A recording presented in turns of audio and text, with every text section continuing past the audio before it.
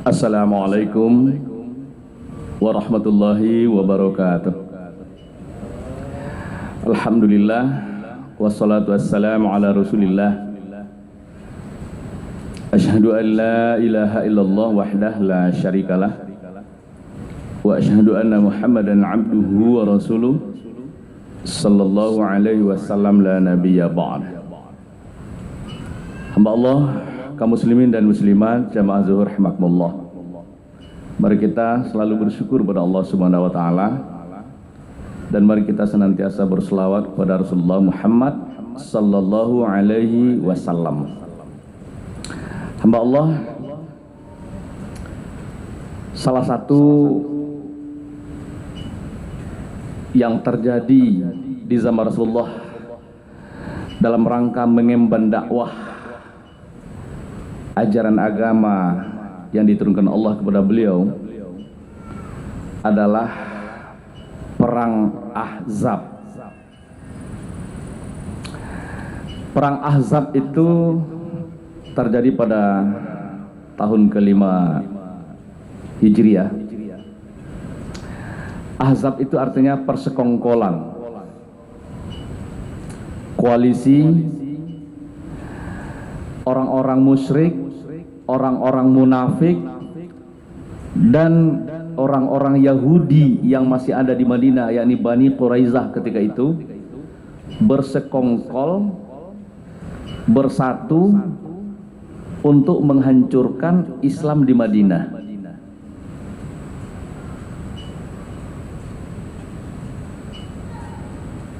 Jadi persekongkolan untuk menghancurkan Islam itu sejak Nabi mengumandangkan bahwa beliau adalah utusan Allah, itu sudah ada, sudah terjadi, dan insya Allah akan berlangsung sampai hari kiamat.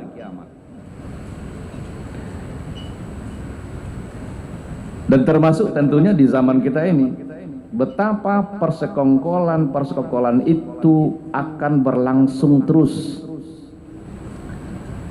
Lalu peran kita apa di tengah-tengah terjadinya perjuangan antara hak dan batil ini?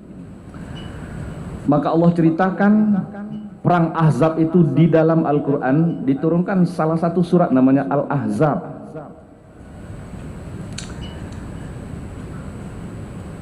Ketika terdengar berita bahwa telah bersekongkol antar Yahudi Madinah, orang-orang munafik dan orang musyrik Mekah akan datang menyerang Rasulullah ke Madinah.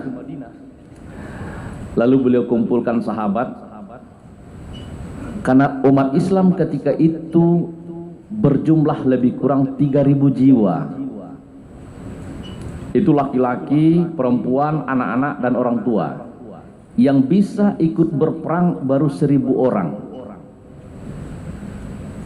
Sementara persekongkolan Ahzab ini, Yahudi, musyrik Mekah dengan suku-suku di sekitar itu berjumlah 10.000. Jadi 10.000 akan dihadapi oleh 1.000. Ketika Nabi bermusyawarah kepada para sahabat, lalu salah seorang sahabat bernama Salman Al-Farisi menyampaikan usul kepada Rasulullah, "Ya Rasulullah, bolehkah saya mengusulkan sesuatu?" Silakan. Dulu kalau di Persia terjadi yang seperti ini, kami membuat benteng, tapi benteng itu dari parit. Digali parit dalam-dalam sehingga tidak bisa dilalui oleh kuda. Karena kota Madinah ketika itu hanya bisa dimasuki dari arah selatan saja, timur dan barat diapit oleh bukit batu hitam besar. Sebelah utara penuh dengan kebun-kebun korma, maka sebelah selatan itulah yang bisa dimasuki dan disitulah dibuat parit. Sehingga perang Ahzab itu juga dikenal dengan perang Khandak yang bermakna parit. 1000 orang berjibaku menggali parit siang malam. sementara pasukan Quraisy Ahzab itu, persekongkolan itu telah mulai bergerak. Jadi siang malam, dan ketika itu musim dingin dan kekurangan makanan, karena musim dingin kurma tidak berbuah. Kalau dilihat di Quran, sejak ayat 9 surat Al-Ahzab, a'udzubillahi minasyaitonirrajim. Ya ayyuhalladzina amanu uzkuru ni'matallahi 'alaikum idz ja'atkumud junudun fa arsalna 'alaihim rihan wa junudan lam tarauha wa kana Allahu bima ta'maluna basir. Wahai orang yang telah beriman, ingatlah akan nikmat Allah kepada kamu ketika irja'atkum junudan, ketika pasukan koalisi itu datang mengepung kota Madinah, maka kami turunkan badai tofan pasir dan kami utus tentara yang tidak kamu lihat, malaikat. Dan adalah Allah terhadap apa yang kamu lakukan, persiapan-persiapan segala macam, Allah maha mengetahui dan maha menyaksikannya. Hamba Allah, jemaah zuhur rahmatullah, sedemikian mencekamnya suasana ketika itu, semua perempuan, anak-anak dan orang tua yang tidak ikut perang ditempatkan oleh Rasulullah di sebuah benteng. Bila sewaktu-waktu Madinah sempat dimasuki musuh, maka anak-anak, para wanita sudah ada di dalam benteng. Dan ternyata disitulah Allah membuktikan janji-janjinya kepada para rasulnya, bahwa Allah yang mengutus engkau tidak pernah sedikit pun lengah dari apa yang engkau lakukan. 45 hari pengepungan Madinah tidak bisa dimasuki karena ada parit yang lebarnya 7 meter, dalamnya 7 meter. Ada beberapa kitab sirah yang lebarnya katanya 5 meter dan dalam 5 meter, tidak bisa dimasuki. Sehingga pasukan koalisi yang berjumlah 10.000 itu tidak bisa ngapa-ngapain selama 45 hari. Pada hari terakhir Allah utuslah malaikat dan Allah turunkan badai topan pasir yang memporak-porandakan pasukan koalisi ini. Hamba Allah, namun ada satu hal, dua peristiwa menarik menjelang berakhirnya pulangnya pasukan koalisi ini. Pertama, ketika orang-orang Yahudi Bani Quraisyah melihat benteng yang tempat anak-anak, wanita dan orang tua tidak dijaga oleh tentara kaum muslimin. Nah, mereka berpikir karena mereka ada di Madinah di dalam, ini benteng ini kita rebut duluan biar anak-anak dan wanita bisa jadi tawanan. Maka diintiplah oleh 10 tentara Yahudi itu. Ketika mereka mengintip, mengitari benteng, kelihatanlah oleh salah seorang sahabiah, ibu-ibu namanya Sofiyah. Sofiyah itu kakak dari Abdullah atau tantenya Nabi Muhammad. Beliau berkata kepada salah seorang tua laki-laki yang ada di dalam, namanya Hasan, wahai Hasan, ini ada tentara Yahudi yang bergerilya, kayaknya mau masuk. Cobalah engkau panah. Wahai Sofia, saya hanya penyair, tidak pernah berperang, saya tidak bisa melakukan itu. Lalu Sofia dengan segala keberaniannya, dipakainya baju besi, pakaian-pakaian perang itu, ditungguinya. Begitu 10 orang, salah satu memanjat ke atas untuk mengintai apakah memang semuanya wanita dan anak-anak di dalam. Begitu dia sampai di atas, Sofia sudah menyiapkan besi dan pisau. Sampai di atas, dipukullah kepala tentara Yahudi ini. Dipukul, berdarah, tergeletak, dipotongnya leher. Setelah lehernya putus, diangkatnya dan dilempar ke bawah ke kawannya ini. Nih, begitu melihat kawannya yang naik turun hanya kepala, mulai berpikir, wah, ternyata di benteng ini tidak hanya perempuan dan anak-anak. Muhammad ternyata juga telah menyiapkan pasukan khusus penjaga benteng, sehingga mereka tidak berani dan lari kembali ke benteng Quraisyah. Nah, inilah yang menciutkan Yahudi ketika itu tidak mau bergerak dari dalam. Dari sisi lain, salah seorang komandan pasukan Quraisy itu bernama Nuaim bin Mas'ud. Tiba-tiba Allah tiupkan hidayah ke dalam hatinya. Di tengah suasana perang, dia malah ingin masuk Islam. Dia komandan perangnya Quraisy di bawah Abu Sufyan.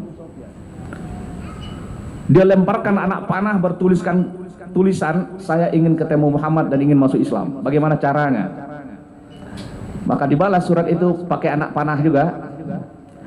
Tengah malam nanti kamu masuk ke sini, kami ulurkan jenjang ke parit. Dan malam-malam hari dia menyeberang. Dan dia bersyahadat.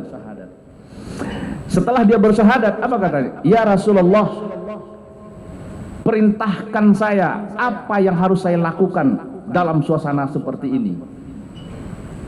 Kata Nabi, kalau engkau mau dan engkau mampu, coba porak-porandakan ahzab ini, persekongkolan ini.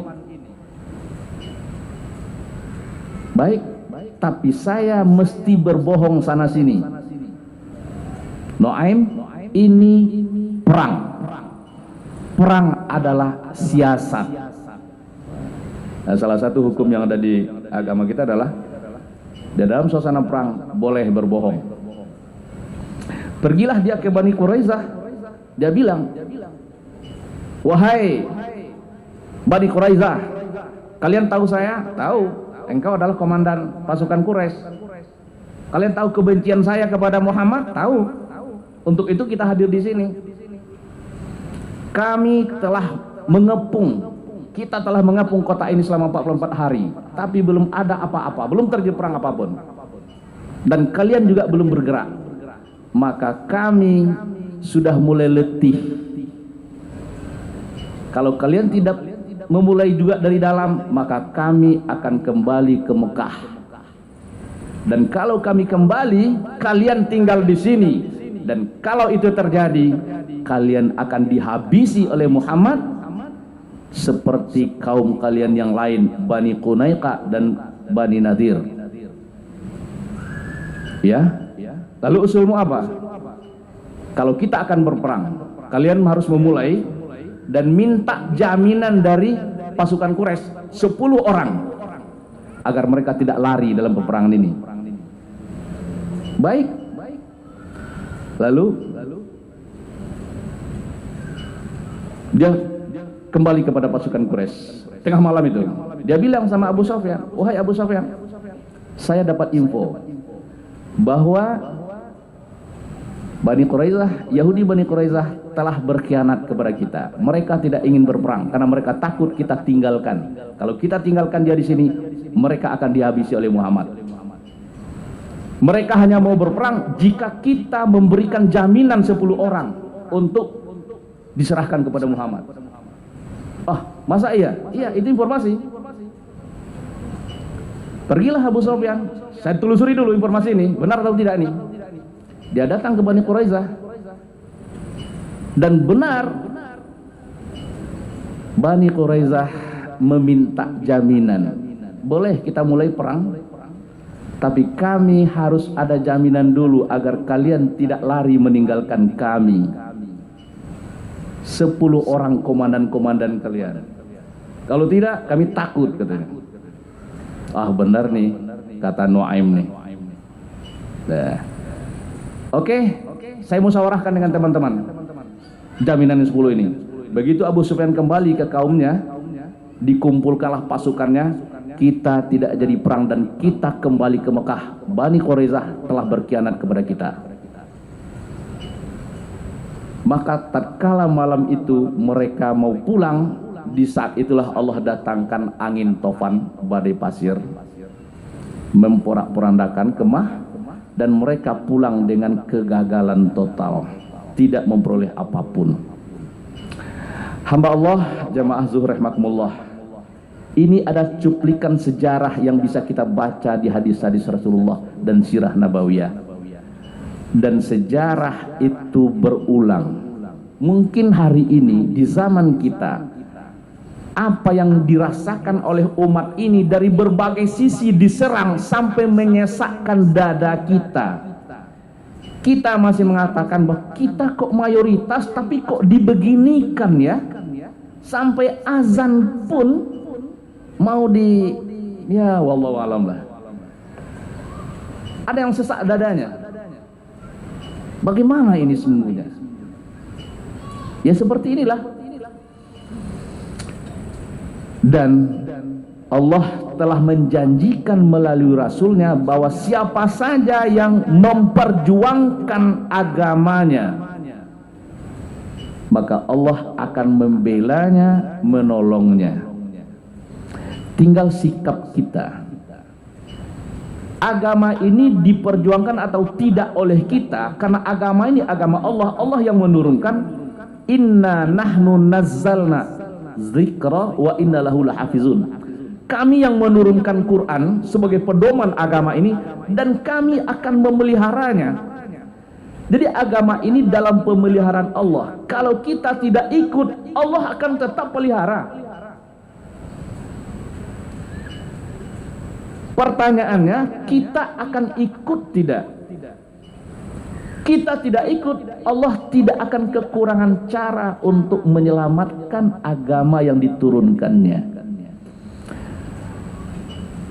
Hamba Allah, mudah-mudahan ayat ini menginspirasi kita. Apa yang bisa kita lakukan dalam rangka menegakkan agama Allah ini. Wa'tabiru ya ulil albab. Subhanakallahumma rabbana wa bihamdika asyhadu an la ilaha illa anta astaghfiruka wa atubu ilaik. Billahi taufiq wal hidayah. Assalamualaikum warahmatullahi wabarakatuh.